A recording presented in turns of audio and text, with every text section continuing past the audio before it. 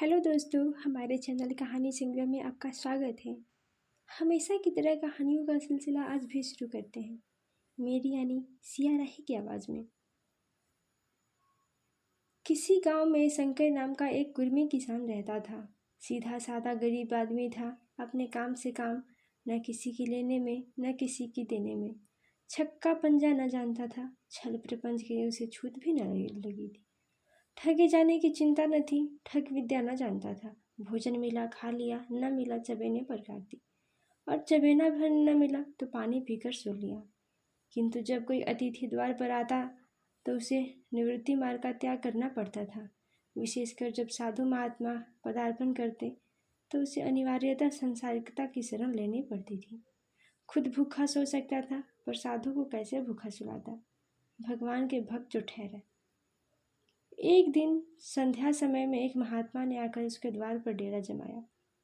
तेजस्वी मूर्ति थी, पीतांबर गले में, जटा सिर पर, पीतल का कमंडल हाथ में, खड़ाऊं पैर में, ऐनक आंखों पर, संपूर्ण वेशभूषा उन महात्माओं सा था जो रईसों के प्रसादों में तपस्या, हवा गाड़ियों पर देवी स्थानों की परिक्रमा और योग्य सिद्धि प्राप्त करने के लिए रुचि भोजन करते हैं। घर में जौ का आटा था, वह उन्हें कैसे खिलाता? प्राचीन काल में जौ के चाहे जो कुछ भी महत्व रहा हो, पर वर्तमान युग में जौ का भोजन सिद्ध पुरुषों के लिए दुष्पाच्य होता है। बड़ी चिंता हुई, महात्मा जी को क्या खिलाऊं? आखिर निश्चय किया कि कहीं गांव से आटा उधार लेकर आऊं, पर गांव भर में गेहूं का आटा न मिला। गांव में सब मनुष्य ही थे, देवता एक न था। देवताओं का खाद्य पदार्थ उसे कैसे मिलता? सौभाग्य से गांव के विप्र महाराज के यहाँ थोड़ी सी गेहूं मिली।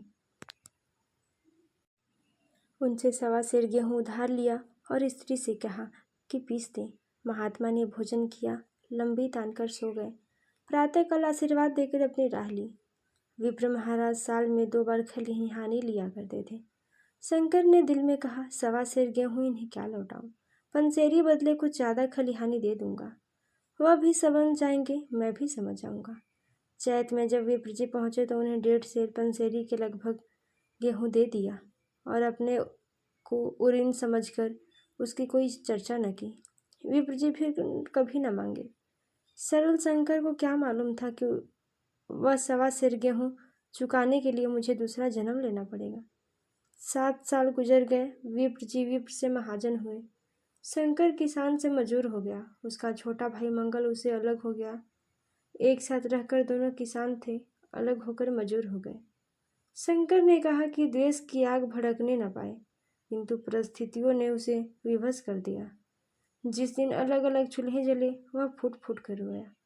भाई से भाई शत्रु हो जाएंगे। एक रोएगा, दूसरा हंसेगा।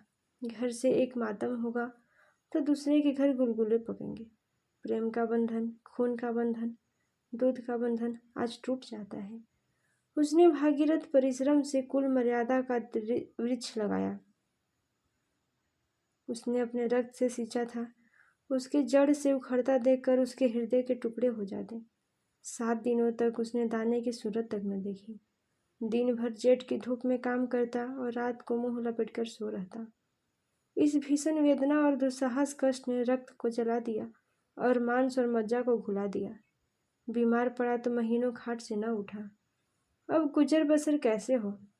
5 बीघे की आधे रह गए। एक बैल रह गया, खेती क्या खाक होती? कि खेती केवल मर्यादा रक्षा का साधन मात्र रह गई। जब तक जीविका का भार मजूरी पर आ पड़ा। 7 वर्ष बीत गए। एक दिन शंकर मजूरी करके लौट रहा था तो राम में विप्र जी ने टोकर कहा, शंकर, कल आकर अपने बीज बैंक का हिसाब कर ले। तेरे यहाँ 5.5 मन गेहूँ कब के बाकी पड़े हुए हैं और तू है देने का नाम नहीं लेता। हजम करने का मन है क्या? शंकर ने चकित होकर कहा, मैंने तुमसे गेहूँ कब लिए हैं जो 5.5 मन हो गए? तुम भूलते हो, मेरे यहाँ किसी का एक छटाक भर अनाज न है और न एक पैसा उधार। विप्र, इसी नियत का तो यह फल भोग रहे हो कि खाने को नहीं जुटता। यह कहकर विप्र जी ने उस 1.25 सेर गेहूँ का जिक्र किया जो आज उसके 7 वर्ष पहले शंकर को दिए थे। शंकर सुनकर अवाक रह गया। ईश्वर, मैंने इन्हें कितनी बार खलिहानी दी, इन्होंने मेरा कौन सा काम किया। जब पोथी पत्रा देखने आते, शायद सगुन विचारने द्वार पर आते, कुछ न कुछ दक्षिणा ले ही जाते थे। इतना स्वार्थ। 1.25 सेर अनाज को अंडे की भांति सेक कर आज यह पिशाच खड़ा कर दिया, जो मुझे निकल जाएगा। इतने दिन में एक बार भी कह देते तो गेहूं तौल कर दे देता। क्या इसी नीयत से चुपचाप बैठे थे? बोला, महाराज, नाम लेकर तो मैंने उतना अनाज नहीं दिया, पर कई बार खलिहानों में 1 सेर 2 सेर दे दिया। अब आप आज 5.5 मन मांगते हैं तो मैं कहाँ से दूंगा। विप्र बोला, लेखा जौ जौ बख्शी 100 तुमने जो कुछ दिया होगा उसका कोई हिसाब नहीं। चाहे एक जगह 4 पसेरी दे दो, तुम्हारे नाम बही से 5.5 मन लिखा हुआ है, जिससे चाहे हिसाब लगवा लो। दे दो तो नाम तुम्हारा छींक दूँ, नहीं तो और बढ़ता जाएगा। शंकर, पांडे, क्यों एक गरीब को सताते हो? मेरे खाने का ठिकाना नहीं, इतना गेहूं कहाँ से लाऊंगा, किसके घर से लाऊंगा? विप्र, जिसके घर से चाहे लाओ, मैं छटाक भर भी न छोड़ूंगा। यह न दोगे, भगवान के घर तो दोगे। शंकर कांप उठा। हम पढ़े लिखे आदमी होते तो कह देते, अच्छी बात है, ईश्वर के घर ही देंगे। वहाँ की तौल यहाँ से कुछ बड़ी तो न होगी। कम से कम उसका कोई प्रमाण हमारे पास नहीं, फिर उसकी क्या चिंता। किंतु शंकर इतना तार्किक, इतना व्यवहार और चतुर न था। एक तो ऋण, वह भी ब्राह्मण के यहाँ, बड़े ही नाम रह गया था, सीधे नरक में जाऊंगा। इसी ख्याल से वह रोमांच हो गया। बोला, महाराज, तुम्हारे जितना होगा मैं यहीं दूंगा, ईश्वर के यहाँ क्यों दूं? इस जन्म में तो ठोकर खा ही रहा हूँ, उस जन्म के लिए क्यों कांटे बोऊं? मगर यह कोई न्याय तो नहीं। तुमने राई का पर्वत बना दिया। ब्राह्मण को तो तुम्हें ऐसे नहीं करना चाहिए था। उसी घड़ी तगादा कर लिया होता तो आज मेरे सिर पर इतना बोझ नहीं होता।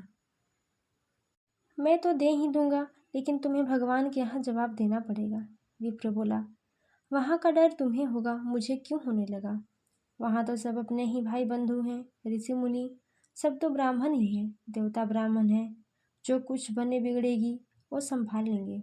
तो कब देते हो? शंकर, मेरे पास रखा तो नहीं, किसी से मांग जांच कर लाऊंगा तभी न दूंगा। विप्र, मैं यह न मानूंगा। 7 साल हो गए, अब एक दिन का भी मुलाजमा न करूंगा। गेहूं नहीं दे सकते तो दस्तावेज लिखवा दो। शंकर, मुझे तो देना है, चाहे गेहूं लो, चाहे दस्तावेज लिखवाओ। किस हिसाब से दाम रखोगे? विप्र बोला, बाजार भाव 5 सेर का है, तुम्हें 5.25 सेर काट दूंगा। शंकर, मुझे तो देना है, जब दे ही रहा हूँ तो बाजार भाव कटवाऊंगा। पाव भर छुड़ाकर क्यों दोषी बनूं? हिसाब लगाया तो गेहूं के दाम 60 हुए। 60 दस्तावेज लिखा गया। 3 सैकड़ सूद, साल भर में न देने पर सूद की दर 2.5 रुपये। 8 आने का स्टाम्प, 4 आने का दस्तावेज की तहरीर शंकर को ऊपर से देनी पड़ी। गांव भर ने विप्र जी की निंदा की, लेकिन मुंह पर नहीं। महाजन से सभी का काम पड़ता है, उसके मुंह कौन आए? शंकर ने साल भर की कठिन तपस्या की, मियाद के पहले रुपए अदा करने का उसने व्रत सा कर लिया। दोपहर को पहले भी चूल्हा न जलता था, चबेने पर बसर होती थी। अब वह भी बंद हुआ, केवल लड़के के लिए रात की रोटियां रख दी जाती। पैसे रोज का तंबाकू पी जाता था, वही एक व्यसन था जिसका वह भी त्याग न कर सका। अब वह व्यसन भी इस कठिन व्रत का भेंट हो गया। उसने चिलम पटक दी, हुक्का तोड़ दिया और तंबाकू की हांडी चूर चूर करी। कपड़े पहले भी त्याग की चरम सीमा तक पहुंच चुके थे, अब वह प्रकृति के न्यूनतम रेखाओं में आबद्ध हो गए थे। शिशिर की अस्थिर बेधक शीत को उसने ताप काट दिया। इस संकल्प का फल आशा से बढ़कर निकला। साल के अंत में उसके पास 60 रुपये जमा हो गए।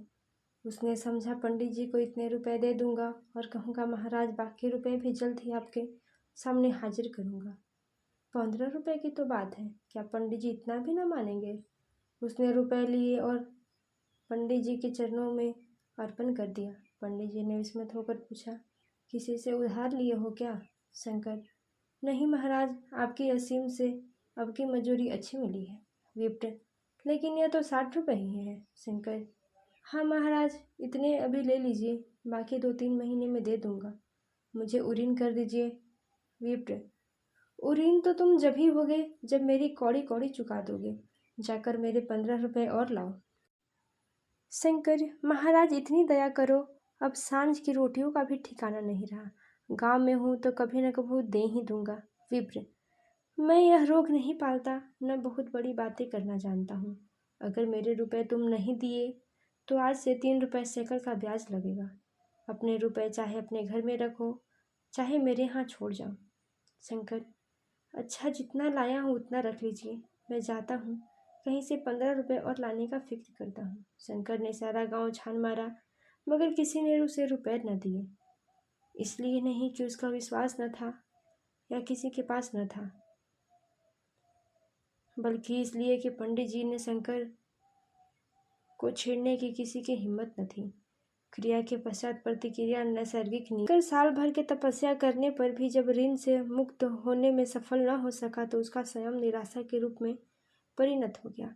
उसने समझ लिया कि जब इतना कष्ट सहने पर भी साल भर में 60 रुपए से अधिक न जमा कर सके, तब वह कौन सा उपाय करे जिसके द्वारा उसके दूने रुपए जमा हो।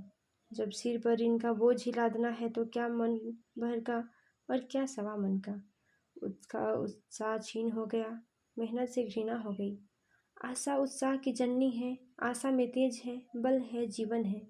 आशा ही संसार की संचालक शक्ति है। शंकर आशाहीन होकर उदासीन हो गया।